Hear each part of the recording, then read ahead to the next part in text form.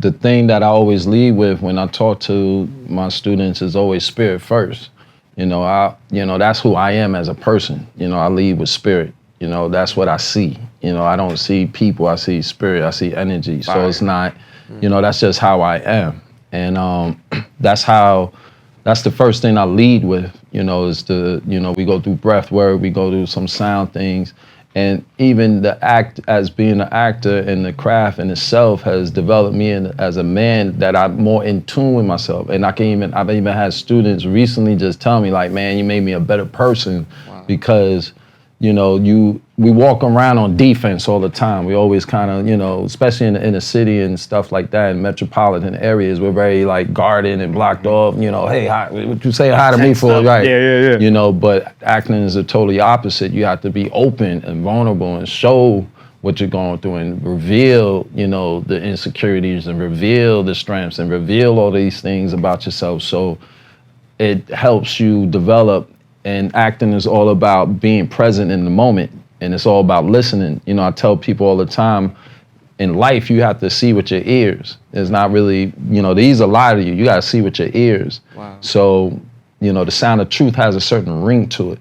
And this helps you as a person, just helps you as a person develop if you're willing to, uncover the, places that are uncomfortable. Yes. And, thank God, when you are going through things in life or whatever, we have a craft to dump it in. If I'm not feeling that great or if someone passed in my life that I'm still grieving over, I can have a character or something that, it might not be grieving, but, he just had a breakup, but I can do the mental, work behind it and emotional work behind it and pour that into a character. No one needs to know what I'm pulling it from. Right. But we have places where we can actually open up the release valve and don't have to walk around bottled up and, suppressed.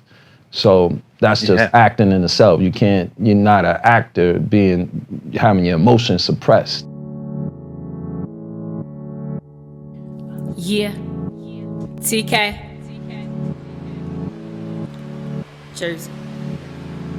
I've been on the grind, man, all it took was patience. That money on my mind, man, all I see is hating. He jocking on the low, man, you know the kid is wavy. Like how you mad at me when you know you're fucking lazy. Should've changed.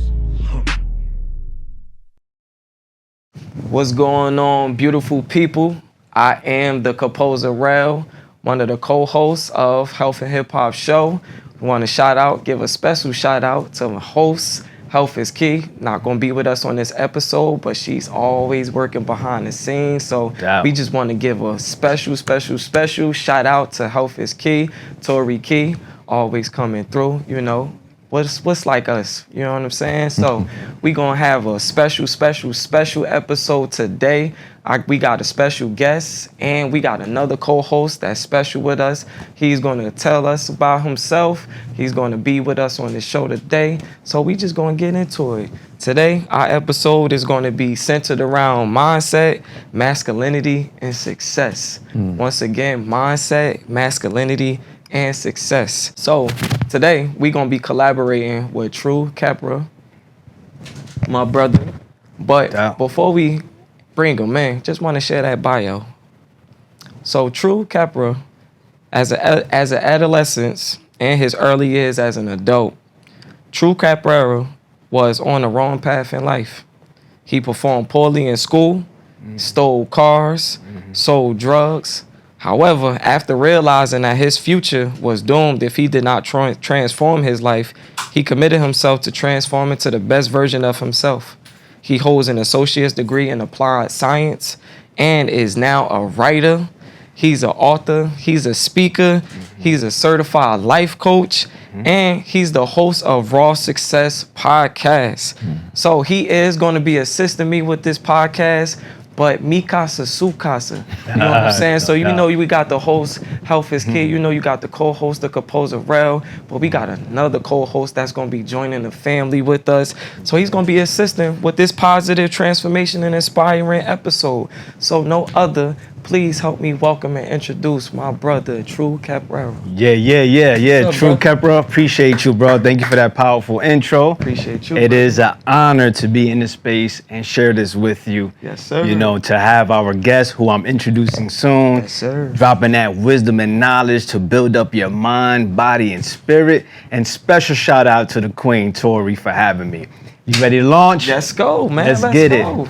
From modeling to hit shows like The Equalizer, Empire, The Best Man, our guest Tobias Trevelyan has built a career based and defined by versatility, purpose, and a passion for wellness. And today, we are going to discover what it really takes to thrive in the spotlight without losing our soul. So please welcome the King, Tobias. What it is, family? Oh man, that was an amazing. Felt the energy coming out of you, sir. man. Thank you, True. Well deserved, my brother. Thank well you, man. deserved. Appreciate it a lot, man. Yeah. That felt great, man.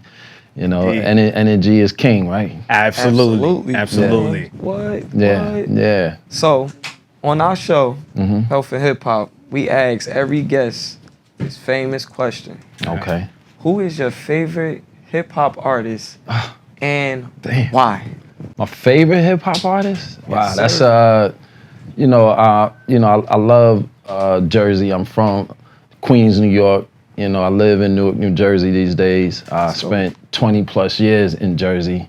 But when I think about it, you know, I always gotta go back to Queens, and I think about Nas. You know, I think about these cats that I, you know, kind of came up with and around and stuff. And you know, I'm old school. You know, I love Nas. You know, Nas is, you know, one of those cats at the top of the list. You know, you think of Meth, you think of Redman. You know, these are like my heroes. And the crazy thing about them is, you know, being that I'm an actor and in the spotlight and stuff, knowing them. You know, it's like these were like my heroes. This was my theme music as I was coming up and growing and, you know, maturing and stuff, and having these brothers be able to call them my brother, like Red, and, you know, I think about Do It All and, you know, cats like that, and, you know, Have It from Mobb Deep, and, you know, these cats, and be able to, you know, share the screen and be able to talk to Ice-T and these people, you know, it blows my mind away. You know, I just did a TV show, a food show recently with Yo-Yo. And, you know, I mean, seriously, this is like my theme music. These are the people that, you know, when I was coming up, you know, this is what we were rocking in the mixtapes when we was in the system cabs, when we was out in the street doing different things. And, you know, there's a tremendous amount of lyricists out there, but, you know, I always go back to like that roots. And I think about Nas being, you know, one of those top cats. You know, you think about Kendrick and, you know, brothers that's rocking out today. There's a young cat, forgot his name, Larrell, I forget, he's from New Orleans, he's amazing. There's so much, you know, we're dynamic people, so we're very versatile, and I gotta settle on, if there was one at this moment, you know, I would have to put Nas up there at the top of the list. And Red, you know, my brother Treasure. I mean, there's just so many. There's so many that I think about. That's in a tough question. different, you know, flows and styles, and you know, passion, you know, and technical, artistic, you know, execution. You know, there's a lot when you think about a hip hop artist, more than just presence. You know, it's all of those things that, you know, make them who they are. Yeah. I'm glad you mentioned Kendrick, and I think the artist that you're talking about, his name might be Lil Reese or something like that. Yeah, out of New Orleans. Yeah, he's amazing. He got a lot of different. He reminds me of a couple different cats, from Kendrick to Chance to, you know, he's got a Andre 3000 kind of something going on. Yeah. I gotta check him out. So I'm glad you mentioned that. Speaking about the current state of hip hop, what's your stance on the current state of hip hop? Man, I always go, you know, when you say, you know, where's hip hop, you know, it's always going. I forget who it was. I think it was Mos Def. And you say, you know, where are you with hip hop? And that's what it is. You know, if you're pushing the culture forward and your hip hop to what we know, from the music to the break beats to the, you know, the style, the dress, the swagger, you know, these things, you know, that's hip hop. You know, we are the culture. So as far as we are, is really where the culture and the music game, hip hop is. When you think about the business itself, you know, it needs help. It needs an interjection. It needs, you know, it needs its own life support. It needs some CPR because, you know, the powers that be that send us on a certain frequency keep us, you know, in a subdued kind of paralysis. Right. And the music from the beginning was always a conscious expansion of, you know, where we're from. It wasn't controlled. It wasn't, you know, it wasn't just one thing. We were very dynamic. You know, we had conscious music, but then you had the street music. You know, we had a lot of different types of expression when it comes to hip hop. So, you know, we need to be able to control the music. We need to be able to have more people in places that can be able to distribute the music. You know, that's where the issues lie. It's not the artistic, you know, flavor about us. It's not the culture. It's like how it's being put out to the masses, how it's being put out to the young mind that doesn't really understand and fully understand his own development or his own identity yet. And then, you know, they start cultivating from there. Yeah. You know, these days, and people might get mad at me for saying this, I don't identify hip hop as being my culture. At least not at 100%, because there's a lot of things that personally I feel that's in a lot of the hip hop quote unquote message, obviously not the conscious stuff, that I no longer resonate with and I no longer agree with. However, it was a part of me coming up, you know, especially where I'm from, but I no longer consider it part of my culture, you know, but I know what people mean when they say that hip hop is part of their culture. But I just got to be myself and just say that there's a lot of aspects of hip hop that I disagree with and that I won't say is a part of my culture. I mean, you know, we got to put an end to murder music. You know, we got to put a Band-Aid on a lot of it. There's a lot that needs to be.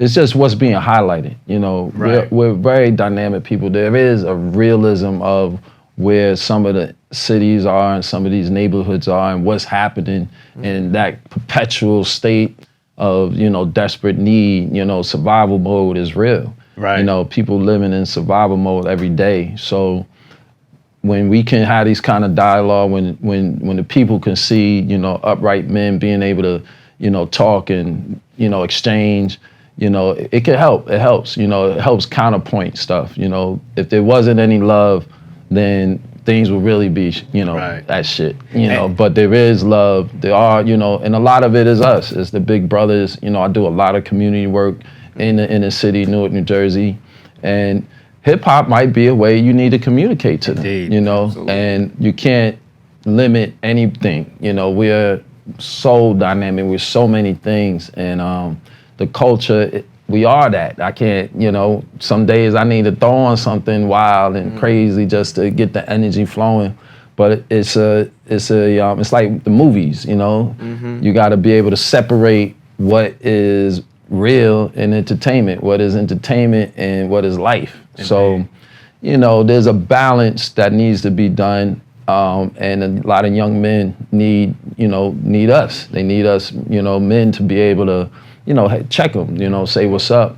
And, you know, at the same time, they got to be able to kind of receive where we're coming from because, you know, we're lost. There's a lot of, you know, lost souls out there. Yeah, and you're absolutely right. You definitely got to come in the way that the people can understand. Yeah. And hip hop is number one, it's the biggest genre of the world at this point, I think, right? So especially in the communities where we come from. But I think that it's just important as men that we hold the standard. Like, for example, like a standard for me is that I don't curse. Now, I'm not judging anybody that does cursing, but I think that as men, when you do elevate to a certain place in life, they do have to know we're different. You know, like I think an issue is that a lot of, I'm gonna say seasoned men, I won't say older men, trying to be like the young men.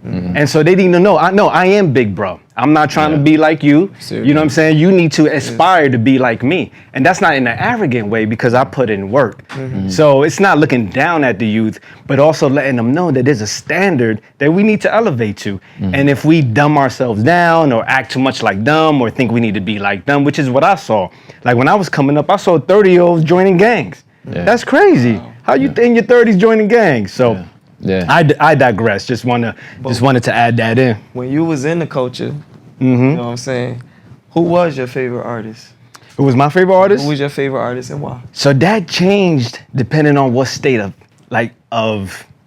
I was in life, right? So immediately I'll say Nas. But if I'm honest now, the person that I listen to now is a brother from Philly named Free Soul. FR33SOL. Yeah. You know what I mean? Yo, he's dope. Yeah. And or I would say Stickman, which is half member from Dead Prez. Yeah, You know, absolutely. when I listen to Stick's albums, Yeah. I just read his book too, Salute Stick. His albums are like personal development programs. Oh yeah. So in this state of my life, that's the hip hop, the type of music the high vibration music that I gravitate to. But my all-time favorite is probably is Nas and Coogee Rap.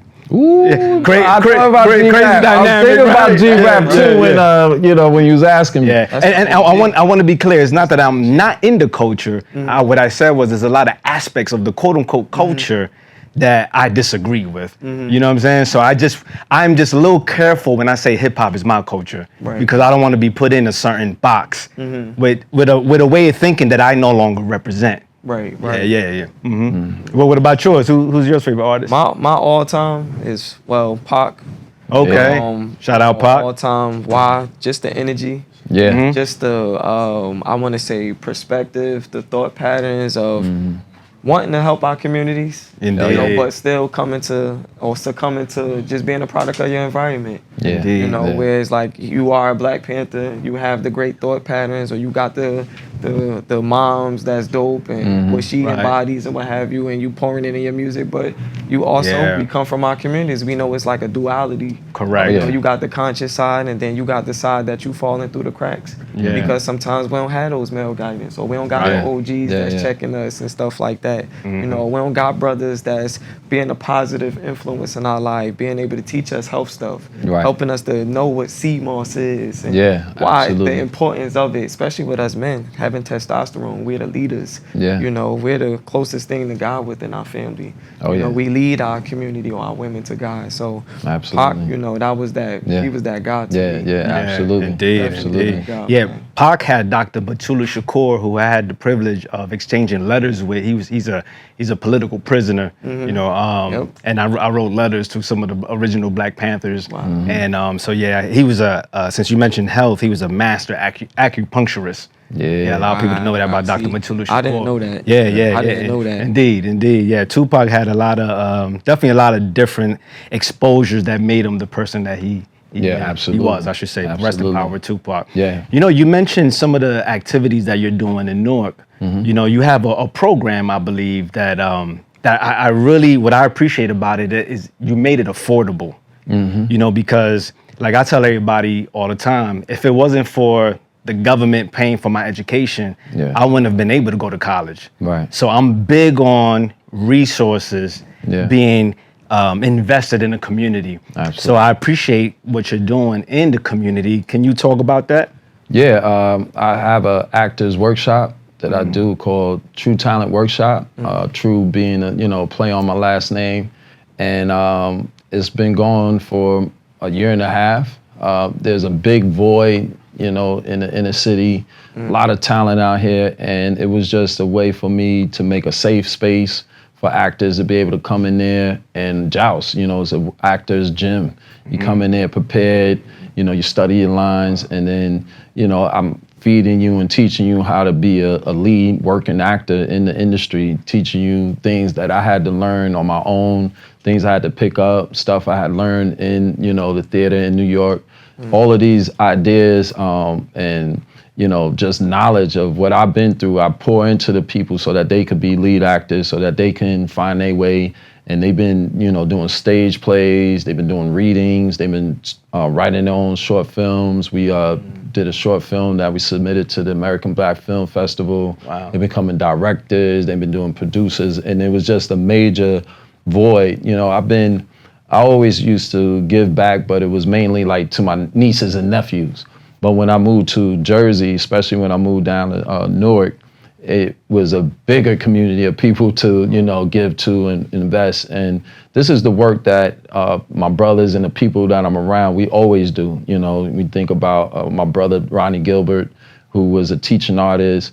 We always, you could find me, on your TV screen or in your movie theater, but you could also catch me in the classroom. You know, we used to have an after school program in the North Ward, and it was always, my thing was TV and film, you know, and little by little I kind of expanded and started getting into the health and spirituality pieces and just showing them how to, you know who you are first before you even dive into, you know, this industry, you know, and I think that's so important that you have an idea and identity. You know, that's a lot of the sickness that is in this particular land is the, you know, loss of identity. You know, that's the, you know, people are building on top of something and you have a great facade, but you know, the foundation's messed up. And is, you know, this is where the you know, most of the disease lies, is in this self-identity, lost our identity, I should say, that we're not too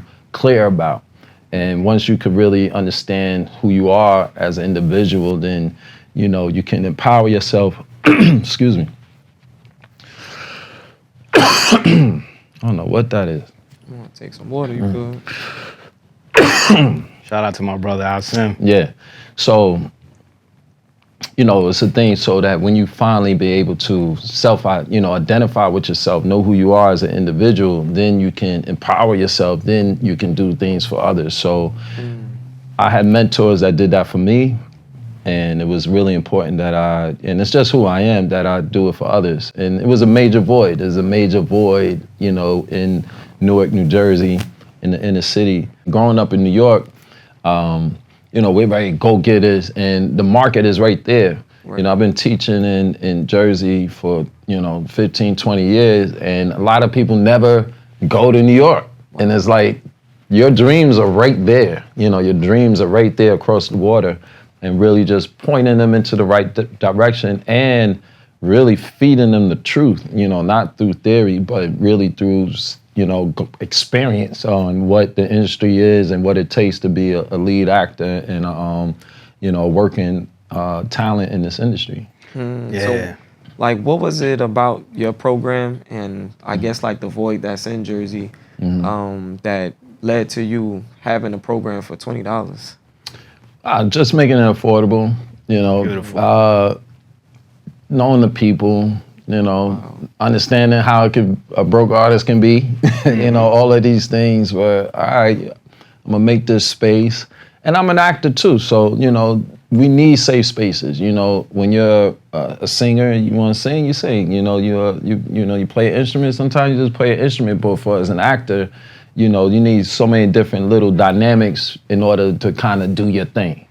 And that's what it was. It was really that kind of idea to just create a safe space for adult actors and people to come in there so that they can practice on their craft and really learn from somebody that's doing it. Right. And it's that simple. You know, I don't know if you ever thought about this or considered this. For me, acting is really, I want to say spiritual, but I'll tone it down and say very connected with personal development, and I'm gonna tell you why. As a neuro-linguistic programmer, practitioner, we deal with states of beings, right? So, for example, if somebody's in a state of low confidence, then we will instruct them on how to get into the state of confidence. And a lot of that is acting. So like an actor like yourself, on the spot can probably make themselves cry. So what that actor is doing is changing their state of being to the point that they can actually affect the physiological self. Right. And so whenever somebody's in a negative state, through acting, they can alter and elevate their state by just thinking about the positive state that they want to be in. So to me, acting is deeper than just the craft. And I'm not saying that in a disrespectful way. I'm saying it like bigging it up. I totally agree. I mean, the thing that I always lead with when I talk to my students is always spirit first. You know, that's who I am as a person. You know, I lead with spirit. You know, that's what I see. You know, I don't see people, I see spirit, I see energy. So it's not, you know, that's just how I am. And that's the first thing I lead with, you know, is we go through breath work, we go through some sound things, And even the act as being an actor and the craft in itself has developed me as a man that I'm more in tune with myself. And I've even had students recently just tell me like, man, you made me a better person because, you know, we walk around on defense all the time. We always kind of, you know, especially in the city and stuff like that, in metropolitan areas, we're very like guarded and blocked off. You know, hey, hi, what you say hi to me for, right? Yeah. You know, but acting is the totally opposite. You have to be open and vulnerable and show what you're going through and reveal, you know, the insecurities and reveal the strengths and reveal all these things about yourself. So it helps you develop. And acting is all about being present in the moment, and it's all about listening. You know, I tell people all the time, in life, you have to see with your ears. It's not really, you know, these lie to you. You got to see with your ears. Wow. So, you know, the sound of truth has a certain ring to it.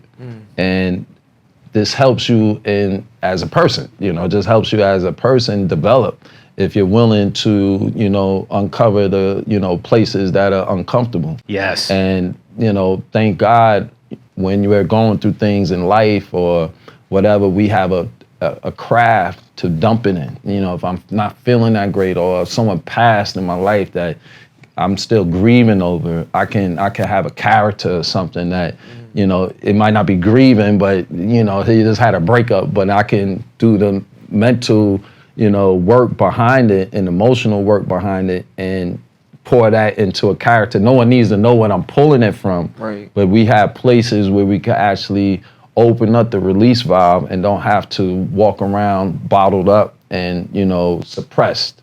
So that's just acting in itself. You're not an actor having your emotions suppressed. Right. They have to be out and, you know, in the open, and you're constantly developing, you're constantly working on yourself, you're constantly, you know, maturing and figuring things out.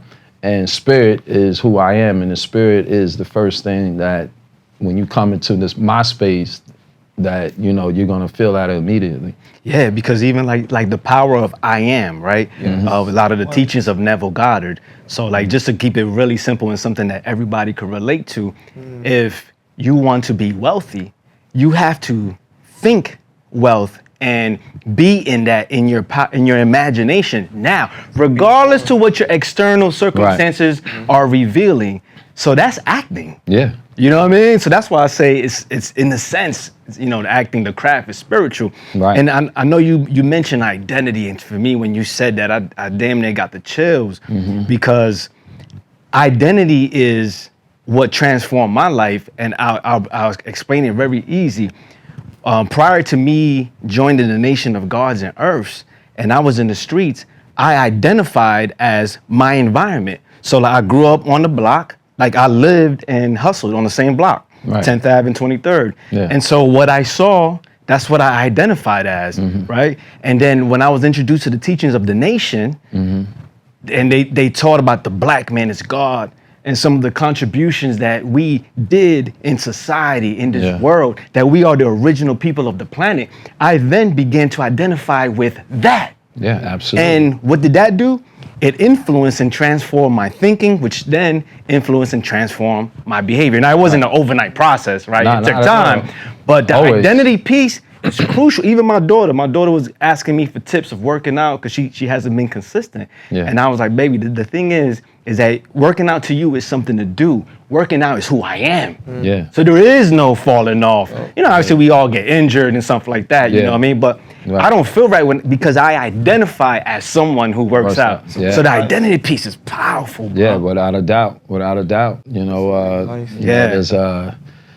there's like I said, we've been subdued, you know, we've been misdirected. Right. And identifying with that. Yeah, absolutely. And, you know, it's just when you can really have, you know, and a lot of the young men, a lot of young women, that is the main thing that is blocking their development. Fact. Is the fact that they don't really truly know how, you know, basically, you know, the melanated woman, the more enlightened woman is the baddest thing on the planet. Can you say that again? They the baddest thing on the planet. You understand? You know, we're the most magnificent thing on the planet. And, you know, they need to know and understand that, and it's just the thing that they're not they've been hijacked, you know, they've been cross-wired, you know, to think less than. And once you remind yourself and you understand that you are, you know, people think that this is advanced technology. You know, you're advanced technology. You know, you had the power to see into the future. Like when I first started acting and I was in Queens and I was gonna go into the model game, I saw me already traveling the world, being an actor and doing these things, and I already knew what was gonna happen. Wow. I just had to go through it. Now, I could see into the future, you know, that thing that you're supposed to do, that's for you. You gotta listen to the God voice in you and stop listening to this, because this is made to keep you safe. Right. But then I have the remembrance of everything from the beginning of time. So when you start to really recall these things and understand these things, you know, then you start kind of like starting to come back into your full power, and you won't look at and feel less than. You'll stand erect and you understand that, you know, you're the baddest thing on this planet. You know that you are the God as you walk. Right. So once again, identity has been something that has been robbed from us purposely to keep us subdued. Robbed and gave us something to purposely to identify with, to throw us off. Yeah, without a doubt, without a doubt. Indeed, indeed. Was it anybody that you looked up to, as far as like the spiritual sense, that helped you to like embody it, and then being able to like share that with the students that you I mean, I think about a lot of people as a young man who helped me. I think about my brothers and Kool and the Gang, the original Kool and the Gang members. You know, I used to see them, and not that they had to say anything to me, but there was their actions and the way they, you know, moved, and the way they treated their family and the way they treated their wives and stuff like that, you know, really had a major influence on me as a young man. And it helped develop me in that space. When you're coming out of the theater in New York, at the National Black Theater, and I think about Dr. Barbara Ann Tidd and Tunde Samuels and these types of folks, and they, you know, they got me into, you know, into the Yoruba world and knowing their Orishas, and you get into those rhythms and those kind of things. You know, you start getting a really more sense of, you know, spirituality and things that, you know, are who we are, you know, rooted in the blood, you know, rooted in your spirit and stuff. And then in my own personal development, when you think about more enlightened people and you start reminding yourself of us being original onto the land already, you know, and I wasn't brought here, or I wasn't, you know, just on the continent, that we were already here. We're the indigenous people of the planet. You start to really, you know, understand, you know, where you fit into the whole scheme of things. So all of these, and it's always been an idea of personal development. It's like, you know, you always got to be on this quest of higher, you know, knowledge. You got to want it, you know. So these things, and I've been very blessed to have great brothers around me that we constantly are sharpening each other's sword. So, you know, just like I could see in you guys, you know, it's that same kind of thing. Even when we talk about health, you know, when I first went plant-based, you know, I wasn't too sure about where I was going, but I wanted to go there. And the further and further I went, then I finally got to the other side, and it was like, wow, it was like this giant light. And I was nervous about it, didn't know what I was doing. But then there was a community of people that kind of I met and gathered because I was on a certain frequency. I was at a certain energy. So those people, you know, filled my cup. And, you know, now we're all part of the same tribe. But because I was on a different frequency, I didn't know. I wasn't, you know, we didn't match energy. It wasn't, the chemistry wasn't there. So, you know, being conscious of your energy, having the willing to want to grow forever, to be on this quest for knowledge is, you know, that's key. You know, ascension is key. You know, that's the main thing, is ascension. Speaking about key, what do you think is the most important quality that a man should embody? Oh, man. I mean, you know, the first thing always yells out is strength and things like that, but it's actually vulnerability.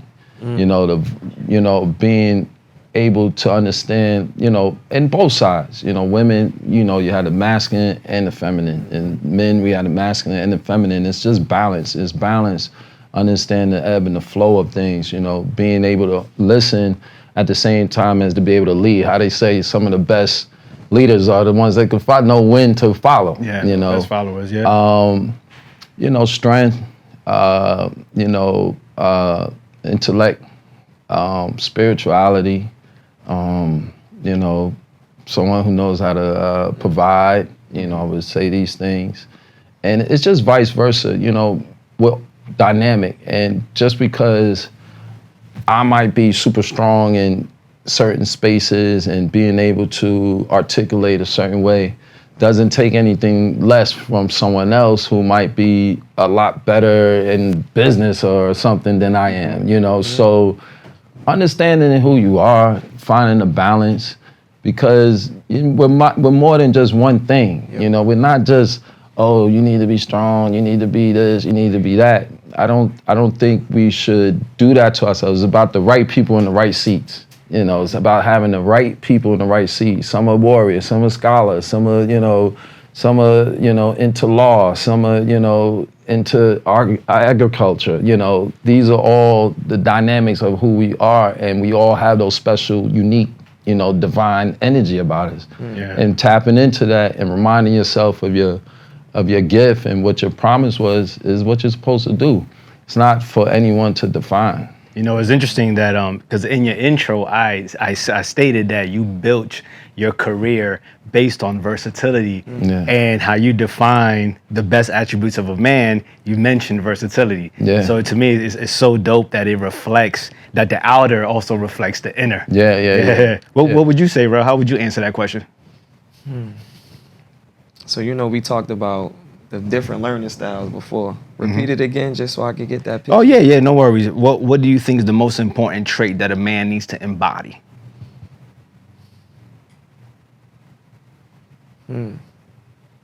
I say accountability. I say accountability because, like you said, we don't know everything. And we have moments like in acting, you have to be vulnerable, you have to be open. And when you have those moments, it allows you to be able to grow. Yeah. And iron sharpens iron. Yeah. And with that accountability, it allows you to keep getting sharper. Yeah. Deep. Yeah. Love that. We have swords, you know what I'm saying? And if the other qualities that we have, like providing and stuff like that, it allows your sword to be sharper. Yeah. Because if I do something that's off, I got brothers. Right. Yo, my man. Yeah. That wasn't the best thing to do. Absolutely. And I'm able to reflect, and I'm able to learn, I'm able to grow. Yeah, You know what I'm absolutely. saying? So I would say accountability. Love that. Love like that. that. Love that. What about yourself, True?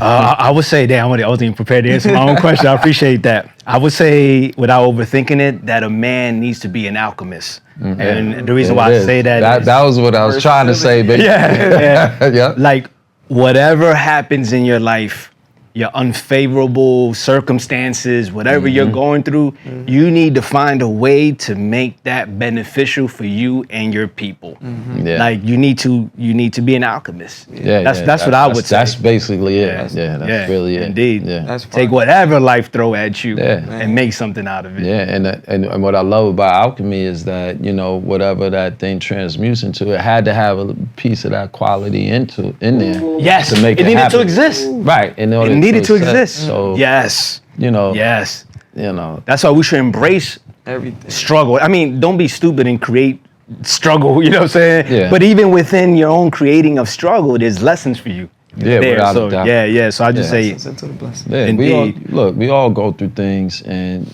we're on camera and we're talking about the highlights and stuff, but the real is we're constantly working. oh, absolutely. We're constantly working, and that's key. I think one of the main things is really the need and the want to change. And Yes. you gotta understand that the change part is the the alchemy, the metamorphosis. Right. Those things. I look back at stuff in my career. Just as a man and stuff, it's like, all right, that was dope then, but now I look back with more experience and stuff, I'm like, oh man, I would have done that totally different Right. now. So Yeah. it's a constant growth. Speaking of that, so you've accomplished some audacious goals. Yeah. Like, I mean, you're an actor. You know how many people on the planet want to be an actor? That's very true. And so there's two questions really quick. Yeah. Would you agree that in order to accomplish big goals like that, you have to develop a sense of resilience and purpose? Oh, without a doubt. I mean, Okay. this industry gonna knock you down. Ah. You're gonna get 100 no's. So now my real question Yeah. is, how do you deal with rejection and failure? Yeah, I mean, that goes back to the spiritual aspect, my daily goals, laughing at myself, not taking myself too seriously, being able to not really, I keep my, outside world don't determine me in a sense. We have to work, we got to do things, but how I feel is more important than, the outside influence. It's more internal, then that reflects outside. And we know these things. It's like the more and more I travel inward, the world comes towards me versus me having to push outside, looking for things outside of myself. So it's always a balance of, going back into my spiritual practices from just meditating, breath work, physical exercise, what I eat and these things. The foods dictate your behavior in a very subtle way. Yep. So all of these things, and I love life. I enjoy myself. I love to laugh. I love to, I'm into all these things, and I've been through a lot in the industry, so I know that any second something can change. Anything can change in a minute, and I don't, I try to just find balance in that. I'm a Libra, so I'm always looking for a balance of these things, and I'm constantly working on those things. Not that I don't go through things, but it's like I have an experience with death. So that's why I enjoy life so much. I have so much respect for death, so I enjoy life so much. So every second I'm up and I'm moving around, I'm amazed, I'm open, the miracles are happening, I'm into it. So I take every moment and opportunity to just fully express without any really inhibitions. And that in itself, it is granting me a lot of things, and I'm super blessed out of that. So I don't try to box it in or and we go through stuff, and I tell my people that goes, because I talk to people and stuff and that might be going through things, and I say you get one woe is me a week, but then after that let's go. And where I come from, we're very like go-getters. We don't wait. I'm not waiting on anybody to, especially these days, things are so critical. I love the expression, if you're allowed them to feed you, don't be mad if they starve you. Wow. So it's always a go-get-it hunt type of mentality. Love that. Yeah. So we're like talking about challenges and being a man and, in this acting world. What were some of the challenges that you faced with just transforming from how we eat growing up, coming from Queens, a live community, to now going plant-based? Like, what were some of the challenges that you had to face with that shift?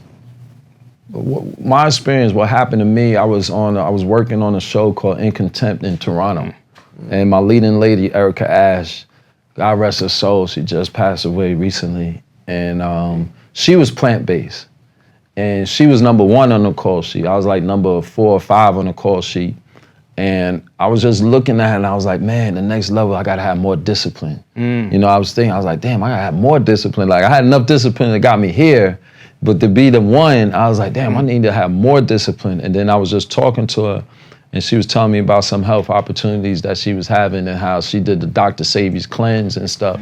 And my dear brother, Rodney Gilbert, who was the founder of Yendor, he was going through a transition. He had some weird thing going on with his brain, and I went to work on October 28th, and by November 9th, he was gone. Wow. And I was going back and forth from Toronto down to Jersey to try to take care of him, to see him and stuff. And that was like the hardest job I ever had to do, because, here I am, got to be a certain character on set and on TV and on, be that person, but I'm like dying on the inside. I'm like boo-hooing, going through all kind of stuff. And when I got back home in January, after spending 6 months there, I just remember, thinking to myself, I was like, man, you know, I go to this party, I have a drink. I go, you know, I invite people over to my house, I have a drink. I'm on this red carpet, I have a drink. You know, and I was like, damn, I look back, I was like, I've been drinking for months, you know what I'm saying? And I was like, you know what, I'm gonna do this advanced cleanse. And it was expensive. It was like $750. And I was like, look, I ain't fucking this up. I was like, I got, you know, I was sticking to this thing. And I'm a really good cook, by the way. So I would go, you know, I would normally go through Whole Foods in the supermarket, grab whatever I need, grab my salmon, grab my, you know, my chop, my greens, these things.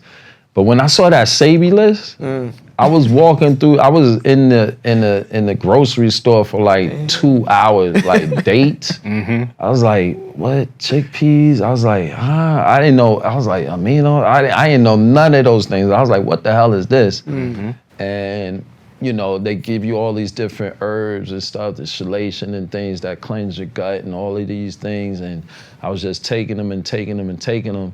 And I remember, because I'm, like I said, I'm a cook, and I remember, you know, the first couple of days I'll make a stir fry, and I made my wife, I give her like, you know, she want her salmon, whatever. I'm like, man, baby, this vegetables ain't nothing. This is easy. Man, I woke up day 4 and my body was like, yo, give me another stir fry, I'ma fuck you up. And I got scared. And I was like, oh shit. I was like, my whole thing, I was like, I ain't want no more stir fry. Wow. And then that's when I found Blueberry Cafe. And it was on a Humble, and I went over to Blueberry Cafe, and that's when I found the power of the mushroom. Because I used to eat mushrooms, but it wasn't a big thing. But the way they prepare their mushrooms, almost like sort of like kind of like a chicken nugget, because he'll deep fry it in, then he put in like Tet flour, stuff like that. I didn't know, and they, you know, was crusted a certain way. And I was eating, and I was in, you know, wild rice. That wasn't stuff that, you know, I didn't really make rice at all, but that was a staple on Savvy's list. So, you know, I went over there and I got a meal, and, you know, I was kind of like looking over the counter like, how you making this shit? And I kind of, you know, I kind of peeped it a little bit like, oh, then I was like, all right, bet.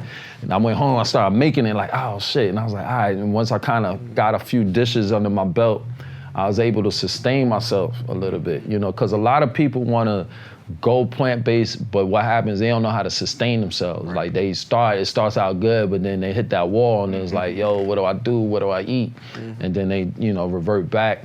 But I walked in the dark for like 4 months, man. I walked in the dark for like about 4.5 months. And I was like walking down a dark alley, and I can't see a foot in front of me. I can't see nothing. But I just kept going. I was like, nah, I can't. I just kept going. I lost a lot of weight. You know, I got real slim. You know, I used to fluctuate around like a good between 206 and 210. Now more like 205 and 203. You know, so, you know, everyone was looking at me, was calling me Jesus and stuff. Like, you all right? I'm like, I'm good. And then, you know, finally I just got like out on the other side. I got to the light. And I was like, man, and I just felt so amazing.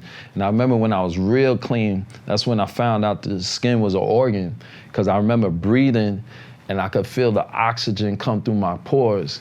And I was like, yo, this shit crazy. I was like, yo, this shit wild. You know what I'm saying? And I just felt so amazing that I was like, man, I'm not going back. I was like, I'm not going back. And this all comes out of me like future pacing. You know, I'm gonna be, you know, I'm hitting a half century this year, and this shit wild to me.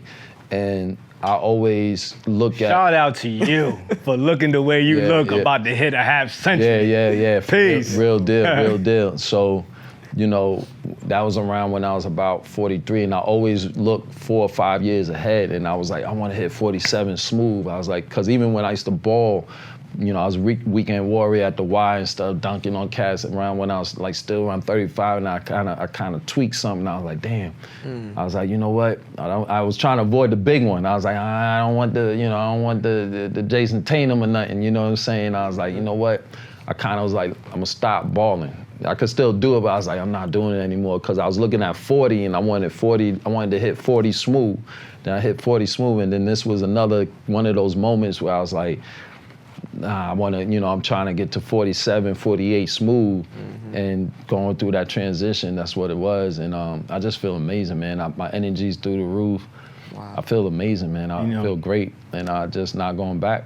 As a go-getter, a hustler, as someone that's in the industry that's very demanding, you're married, you have, you know, you speak a lot about your own self investments and personal development and obviously self healing, right? So that takes work. How do you manage it all? Because you mentioned traveling from Canada to Jersey and how because what I've noticed is the work-life balance is where a lot of people slip up at, where a lot of the stress comes in. So how do you manage it all? I mean, for me, I love life. I just love life so much, man. It's an adventure every day, and I'm living a dream. Like, right. You ain't gonna hear a peep out of me. I'm living a dream, even with the struggles and different things. I just love life so much, man, and I'm just uniquely designed. One of my favorite words is abundance, because no matter what you take from it, it's still abundant. And I just, that's me. I give effortlessly. I pour out effortlessly, and I'm just uniquely designed, and I recognize that, and I'm able to, I gave myself permission about 4 years ago not to shrink. Just not to shrink, because, I'll meditate in the rec center and do different things, because young people need to see that, we could come on the podcast, Hip Hop and Health, and talk about these things, because people need to see that. And it's bigger than, the acting game. It's bigger than, myself. And I'm willing to, expand like that. I just enjoy myself, man. I don't, like I said, I have such a respect for death. That's why I love life so much. I've taken care of my grandparents in their last days. I remember when I was a teenager, my girlfriend at the time, her grandmother died in my arms. So I can't say it any other way. I have such a respect for death. I love life. Right. I understand. I'm super sensitive to everything. So I'm ultra sensitive. So I'm experiencing all of it, and we go further. It ain't real. I ain't here to trip on stuff, because it ain't even real. It's all an illusion. So I'm clear about that. I know you mentioned energy and alignment a lot. Yeah. So what do you do when your energy is not aligned? Yeah. I'll tell you, even just maybe about in November, I was kind of feeling weird for a while, feeling funky and stuff. And then I was looking back at a period when I went complete raw diet for about 9.5 weeks. And 2.5 weeks out of the 9, it was just liquids. And I remember how I was feeling, what I was doing. And I would buy fruit and food for the bathroom, just as I would buy fruit and things for the kitchen. I mean, I'm bringing mangoes and things into the bathroom, putting it on my skin. And what I did, I started going back into my hair mask. I started putting the sea moss and putting coconut oil with avocados and honey. I started really doing my hair mask again with my crown. And about after a few weeks of shit, I started feeling better. I really started feeling a lot better, putting the phone down, walk, nature, grounding yourself. All of these things are, one of the main things that I love to do is I listen to old school, classic soul on Saturdays, and I clean my house. I've been doing that for 20 plus years. That's what I was doing before I saw y'all, and I really don't budge off of that. Anybody ask me between a certain time period, I'm like, nah. And if I didn't have the music and that kind of routine, between some of the oils I wear and these things, these it's a spiritual war out here. Yes, so sir. I fight every day. What about you, bro? What do you do when your energy's off and not aligned? Because I think it's important for our our audience to hear these things, because I think being exposed to tools, right, and seeing real people actually applying those tools, especially it's one thing when Rel and I say it, right, but then to see an established actor, someone that they may look up to, saying and doing some of the same things, I think will hold more weight inside of the listeners' ears. Without a doubt. I learned this from Key. You have to have multiple ways to be able to release. So I have a variety. So one, my main go-to is always prayer. Yes. God and me, that's my man's. Yeah. So that's one of them. Meditating. Yeah. Listening to music, making beats. Yeah. Writing the music, recording, taking a drive. taking a walk. Nice. Those are like my main ones that I really like get to, because if I'm at work, I'm not able to go and take a walk. Right. But I could go into my office, or on my lunch break, I could go into my car for about 10 minutes and I could meditate. Right. It brings You you know, back. so it's like it allows you to be able to have different ones, because you may have a time that you're not able to use one. Yeah. So you have to yeah. be able to, go, and you can't get stuck. Like you talking about the versatility, especially as men. Yeah. We can't have one way of just doing every single thing. You Yeah. gotta have multiple. Yeah, Because yeah. we want to be able to move. We don't wanna Yeah, get yeah, stuck. yeah. You know what I'm Absolutely. saying? Oh, I Because- totally agree. And even like thinking of like you being an actor. Hmm. We had, a few weeks ago where you was supposed to be on the show. Yeah. But because of the nature of the industry or what have you, Yeah. life goes. was You gotta gone, yeah. get up and move. You Yeah. know what I'm saying? That's what we gotta do daily. Stuff is not gonna always be like yesterday or the day before. So we have to be able to be versatile. Absolutely. What advice would you be able to share with others who are actors or entertainers, where the nature of the job just requires you at times to just switch?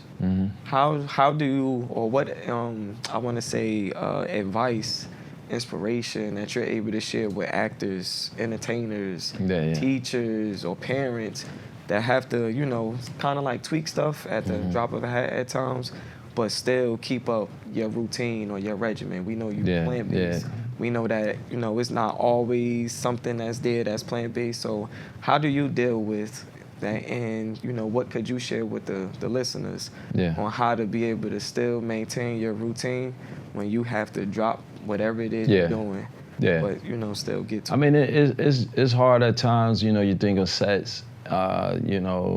Food is different. Some of those things, or you're traveling to weird cities. You're not too familiar with the landscape or where the spots are to eat. And for the most part, production may help me out a little bit. I've been traveling a lot, so I know different spots in different cities. It's a balance, It's a balance. It's a real balance, because you're gonna snag a little. You might do a little of this over here, but I'm so much on this side, on the light side. So if I eat a little bit of junk and stuff, it's not as bad for me. I tell my students and stuff, you gotta train like a pro athlete. It's like a stay ready, so you don't have to get ready kind of thing.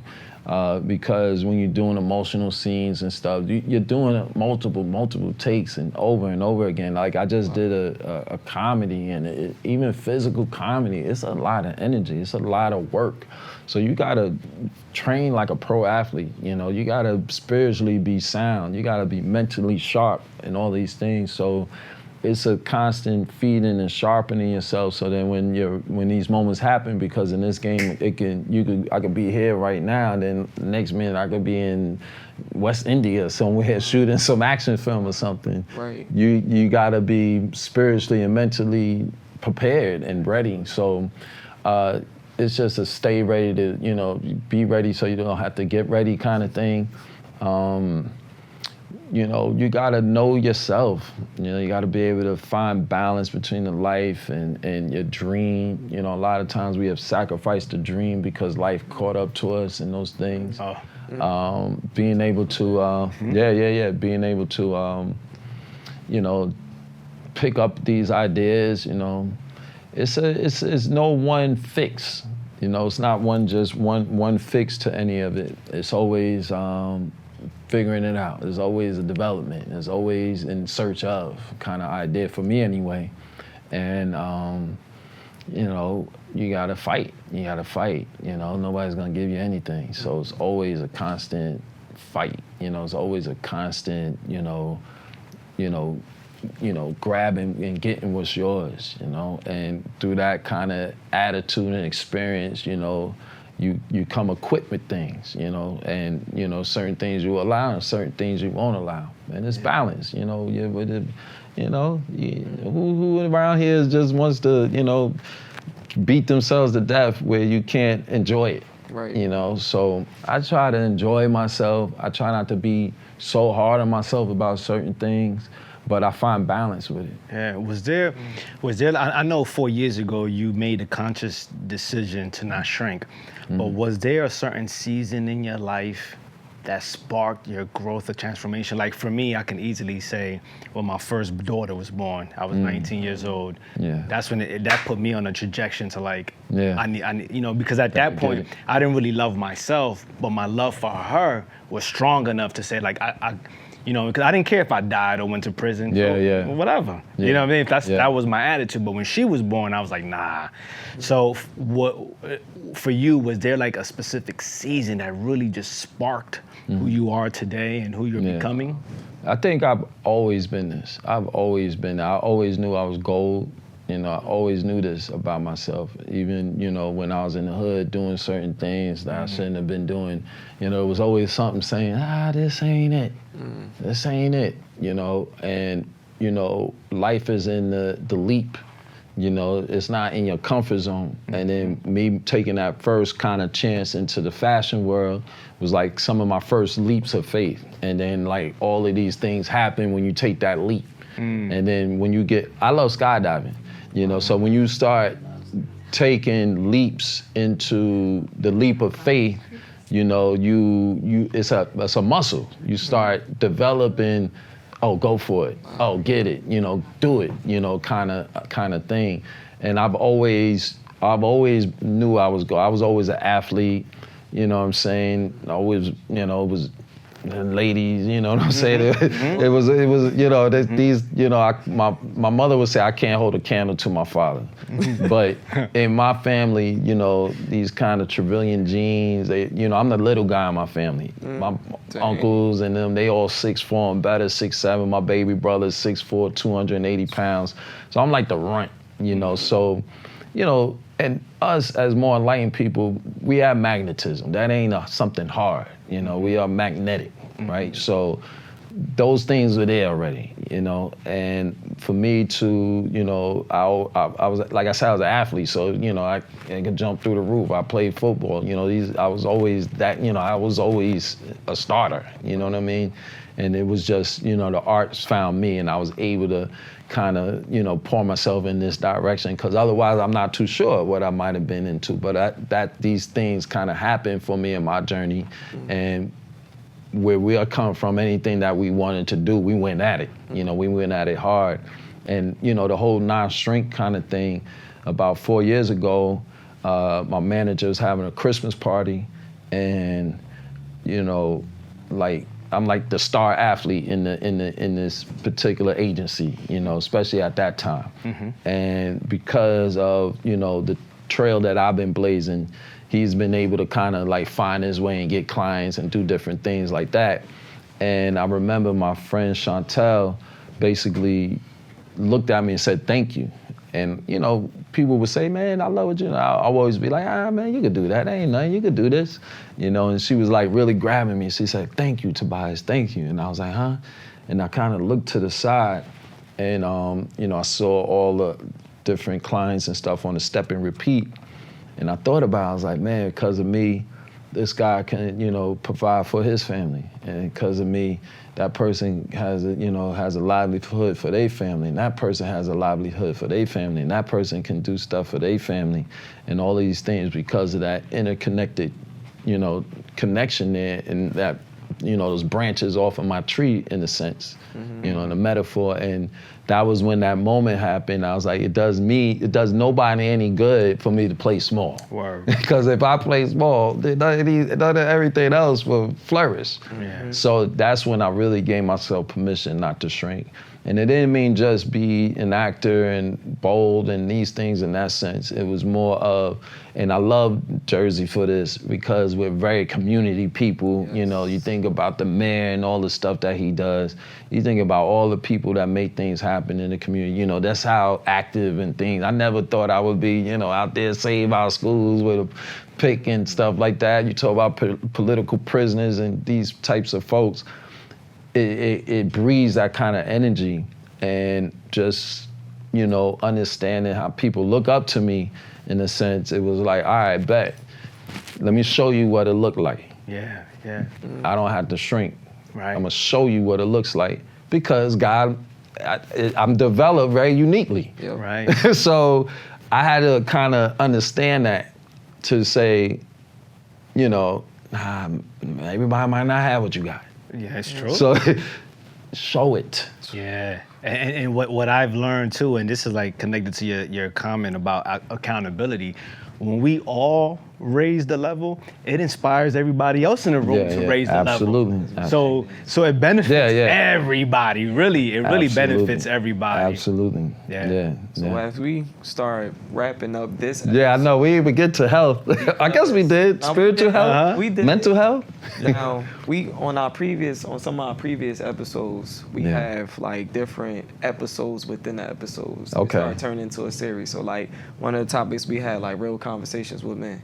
Yes. We had to have about like 3 different ones of those because it's so much packed in those topics. Yeah. So just let you know, this ain't gonna be the first and last time. Hey, I'm down, man. I'm down. I had a good time. Indeed. Yeah. Indeed. So just want to share a question and then True will give a question. Sure. Okay. Sure. I'm down for that. Ah, man. What I got does success mean to you now versus when you first started your career? Man, success right now is owning my 24 hours a day. You know, success back then might have been, and it still don't, you know, we still all chasing that golden egg, don't get me wrong, but owning my day is success. Freedom to move and do as I want and please is, you know, is success, you know? Success. Wow. If I open up your brain Yeah. and I'm looking for the philosophy of Tobias, right? Yeah. What philosophy would I find? What you find, man, you know, don't take yourself too seriously. And, you know, I'm God's child, so, you know, I'm anointed. So the philosophy, you know, you got, you know, nobody owes you anything, you know? Yeah. Nobody owes you nothing. So you gotta put in. You gotta put in. You gotta put in. You know, nobody owes you anything. So, you know, it's kind of like that in a sense. I mean, off the top of my head, you know, one of my mentors, Tunde Samuels, when he passed, I took on his mantra. It was, I'm in the game and still playing. Anybody ever say, how you doing? I would be like, hey, I'm in the game and still playing. And it's literally like that. That's fresh. I'm in the game and still playing. You got to at least be in the game, one. And if you want to score, call my play. Because, you know, I'm going to go get it. Yeah. You know, and, It's hard. you know, that's what comes to my mind right now, True. You know. For anyone who is struggling out there, struggling artists, struggling entrepreneurs, struggling in life, what words of wisdom would you share to them right now? Yeah, you know, life is not in the comfort zone, you know. One of my favorite quotes is, nature's never in a hurry, yet everything is accomplished. You know, just like you're like the blade of grass, you're like the leaf, you know, because sometimes we're in the inner city, we gotta move quick, get it done, gotta go, I gotta, hey, I gotta, you know, it's all of those things that's happening all day, but, you know, you're perfectly divine and you're gonna perfectly develop. You know, I've learned a lot of things, man, and you know, it's like, you know, you're just tuning yourself to your future self. Once you match the frequency of your future self, you know, that's when things happen. But just like in physics, two things can't occupy the same space at the same time. So you want to go here, but you want to bring everything with you. You gotta let it go in order to develop into where you're supposed to be and what you're supposed to do. And it's just lessons, you know. It's like you learn a lesson, and you know, it's like this. You repeat until you say, I'm not doing that shit no more. Right. Then you graduate. Yep. Then you go through some repeat until you say, you know what? I'm not doing that shit no more. Yep. And then you graduate. So you're supposed to just constantly keep graduating. You're supposed to make it easy on yourself and to constantly ascend. Right. You know, that's the goal. Now, I'm gonna hit you with something that I kind of picked up. You know, we're actually growing young, right? Because as you get a little older, you kind of sense something beyond, you know, you already know, like, all right, and we know these things, all right, something's beyond what we see and know and right here, right? And, you know, there's the idea of the present moment, right? That I see, you know, I'm here and I'm present. But the duality is I'm actually living futures past, in a sense. You know what I mean? And, you know, when you understand that it's like when someone dies, right? And they go, oh man, I remember when so-and-so, we used to have such a good time, feeling that, right? And I wish I could just go back.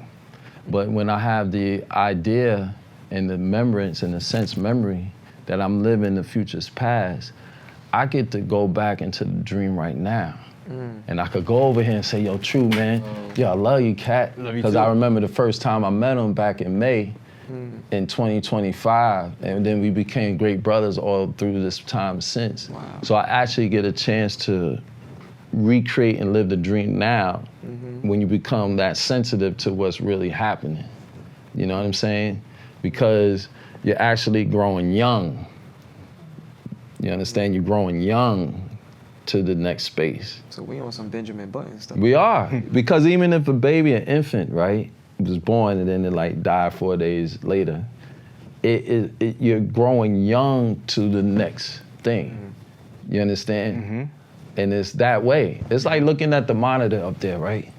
And we're watching Martin. And imagine people in Martin said, oh man, this world of Martin is what it is. But us sitting here in a three-dimensional space is saying, come on, man, that's not real. Right. But to have a three-dimensional world, you had to have the four-dimensional world to create the three-dimensional world. And then you had to have the fifth-dimensional world to create the fourth-dimensional world. So there's a version, it's like a version of you, Rel and True. We all sitting on another couch smoking a blunt, like moving us around, like, you know what I'm saying? Like, and all your like spiritual coins are going up. You're like, yo, it's another couch. Like, it's almost like that in a sense. Because we think we have free thought, but you're almost uploading the information. You know, they did a study where like, you know, they had all these neural kind of things hooked up to this person's brain. They had these like kind of patterns, and he's supposed to hit the button as he thinks what the next pattern is. And even though you move your arm like this, there's a fraction of a space between you know, the thought of you moving and actually moving. You know, there's a little bit of space in between there. But at the same time as I'm supposed to hit the dash as I think it, there's a space between that as I'm actually receiving the information in a sense. Right. But we kind of think it's free thought in a minute, if that makes any sense.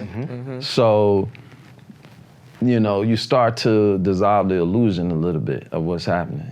Indeed. Tell the people how they can find your products. Oh man, we didn't even get to the CMOS. But yeah. Yo, I appreciate this conversation too, man. I hope I didn't ramble on too much. But No, my brother, this was empowering. This is part one, but you know, this is true to the core. CMOS, you know, CMOS is a superfood. You know, there's a lot of superfoods on this planet, and CMOS being one of them. And it has 92 out of 102 minerals for the body. And the minerals bring your oxygen to your organs. You know, when you talk about your health is in your gut. And CMOS is a natural diuretic. So, you know, this should be a hallway, not a storage unit. You know, some people not having movements for every other day. You should be free flowing every day. You know, you eat something, it should come out. People not, you know, going and stuff. You got 4, 5, 6, 7 meals stuck up in there, and you're like, what's wrong with me? You know, but it's a superfood. You can put it on your skin, you can put it in your hair, you can get that glow. You know, you talk about the libido, you talk about your energy, you talk about balanced thyroid for the ladies, you know, preventive fibroid prevention before things happen, you know, those kind of things, balance your blood sugar, you know, it has a lot of health benefits. And, you know, anything I do, like teaching and sharing my knowledge, and even the things about CMOS in the food, it's not that I'm on this like trip and stuff. It's just who I am, and then I just extend who I am out to the community. Yes, sir. Indeed. So this is what I do already. I found all the benefits, so I'm like, yo, people should know about this. You know what I'm saying? So that's where, you know, True, and it's simple. You know, can you say that for me, True? Sure. True to the core. Bang. If you stay true to your core, that's the key to And abundant I love life. the Sankofa bird. Yeah. And you know, Matter of fact, that might be one of the philosophies right there. If you stay true to your core, that's the key to the abundant life. You know, stay true to your core, man. And that's just the bottom line. Stay true to your core. Yeah. Do you have anything upcoming that the people should know about? Yeah, man. I got a lot of projects coming up, man. Got a film called Twist the Game, my first horror film. Yeah, running around, you know. I got a series that's coming out that takes place in Chicago. That's gonna be amazing. That's gonna rock a lot of people. Just did a Christmas film, you know, that was a lot of fun. With my homegirl, Teresa Celeste, she was dope. The names is jumping out at me right now. I got a film right now that's gonna be at the American Black Film Festival in Miami that I produced and starred in, called Laundry. Yeah, that's gonna be a great thing. We actually won the short film competition, the Walmart Fathers Editions, because it's about a couple who suffers trauma through their child and how they kind of cope with it. Yeah, you know I'm missing some things. I got a film called He Looked Like a Postcard with Jessica Care Moore, a poet laureate from Detroit, which is a great project. And I'm actually on my way to go work on some new stuff. So, you know, like I say, I just love life and I stay in it. And, you know, life is abundant if you see it that way. So are these releasing this year or? Yeah. Okay, This would be this year, yeah, man. Check out. Yeah, Yes, sir. You know, before we let you go, my brother, I really want to salute you and acknowledge you for being the person that you are and what you represent in the spotlight. Thank you. Where that industry sometimes is called demonic. Yeah. So to know that we have a brother like yourself, a king like yourself, with so much light representing us, I mean, it's just the impact I don't even think can be described with words, number one. And number two, what you're doing in the community with the youth. As someone that came up as a youth in the community, you know, like, I don't even know if they know how privileged and how blessed they are to have a positive outlet like you. Absolutely. And it's affordable, bro. My mother worked at a factory. Yeah. Sometimes she would work double shifts to just pay normal things. She couldn't afford nothing extra.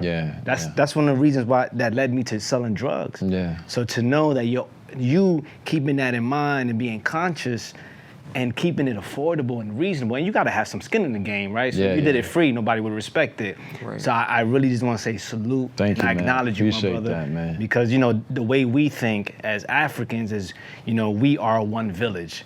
Yeah. You know, I am because we are, and we are because I am. So we're one. So even though I may never meet any of those children, those are my children. Yes. So salute Nah, I for all the work that appreciate you do. man. Yeah, we've definitely made some positive, you know, adults into society, man, through the work that we've done. Fire, you know, bro.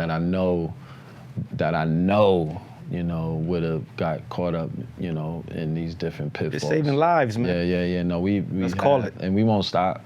And we won't Indeed. stop. Yeah. Absolutely. Yeah. Indeed. Saving lives. As you said, we're still in the game. We in the Still game in the and still game. playing. That's right. Yeah. So where could the people just check you out and just follow you as you continue on with? I'm sure there's going to be a lot of like red carpet stuff taking place. So how can people keep up with you on a day-to-day? You know, Tobias Trevelyan on all your outlets. You know, the workshop, if people want to come join the workshop, is True Talent Workshop. That's TRU with no E, Talent Workshop. That's in it's a Facebook group. You join the group. There's a bunch of scenes in there. You find a partner. You announce yourself on the wall. Hey, I'm Rel. I'm new to the group. You get your scene partner. And you come in there off book, memorize, and then you know it's like a gym. And that way I could work with your instrument, because it's harder to work with your instrument if you're holding the paper in your hand and stuff. But True Talent Workshop group on Facebook. That's for the acting thing, and then just Tobias Trevelyan, you know, and all the social medias. If you see me on your film and your TV screen, boy, you can catch me coming down Broad Street in Newark. You can catch me in the classroom. You can catch me, you know, I'm around. So, you know, I enjoy that about myself, that I'm able to, you know, still touch the people and get around. Dope. So to the actors and actresses or aspiring actors or actresses, if you need to get into a workshop, our brother here has a workshop for you. If your paper is a little funny at the moment, please don't use no excuses because the classes are only $20. Yeah. So Listen. $20, you can't beat that. No excuses. You can't beat that. I'll sponsor 5 children. Come on now. Come Word is on. bond. Yo, first Come on. 5 after this episode Yeah. drop. The It's an first adult 5, class. So It's an adult 17 class. Yeah. Bet. I'll sponsor 5. So that's even an excuse. There it is. So it's You heard $20 that. and you got a sponsor right Yeah. here. So come on, we chasing drink. No, we striding in our dreams because we ain't chasing them. They already within Indeed. them. So thank y'all for tuning in. But before we go, we gotta ask our co-hosts, where can they find you? What do you got going on? What's Yeah, the True. Oh, bro? man, I Come on appreciate now. that. So you can find me on Instagram, True Speaks Power. That's True with an E. TRUE Speaks Power. My podcast is Raw Success. We're on Spotify, Apple, YouTube, on Instagram, Raw Success Podcast. And I wrote a book. It's called The Power of Choice. It's a personal development book based on the insights that I've experienced in real time living my life, but also from the thousands of dollars that I spent on personal development programs and all of the over 400 books that I've read. All of that, I comprise it in a book that's written in a very simplistic way, so that strategically, so that I can break down the complex concepts that you can understand it and apply it in your life. Love it. And this what the book look like right here. If you need that get mental it. picture. Yeah. And what about you? What you got going on? Man, I got a couple things. So I got my merch that's about to come out. Simple Fly. Simple part of- Fly, yes. Simple Fly. We gotta keep it simple, but still be fly. You know that. I got my book right here to give for others that's already out on Amazon.com. Or if you want me to pull up on you and I can get that signature popping off, you can order it. You can hit me up, on Instagram. Y'all know, the Composer Rel, TheComposer, Rel, RELL. Shoot me a DM. I could pull up on you with the book to give for others. I got my album coming out to give for others. The album that's popping off just was recording the second track last night. It's gonna be good. So, and you can find me, The Composer Rel, on Instagram. And we got 3 brothers right here. Thank y'all. We got Health and Hip Hop. Let's Yeah. get it. Shout out to Tory Key, y'all. Ah. Yeah. This was enlightening and therapeutic for me.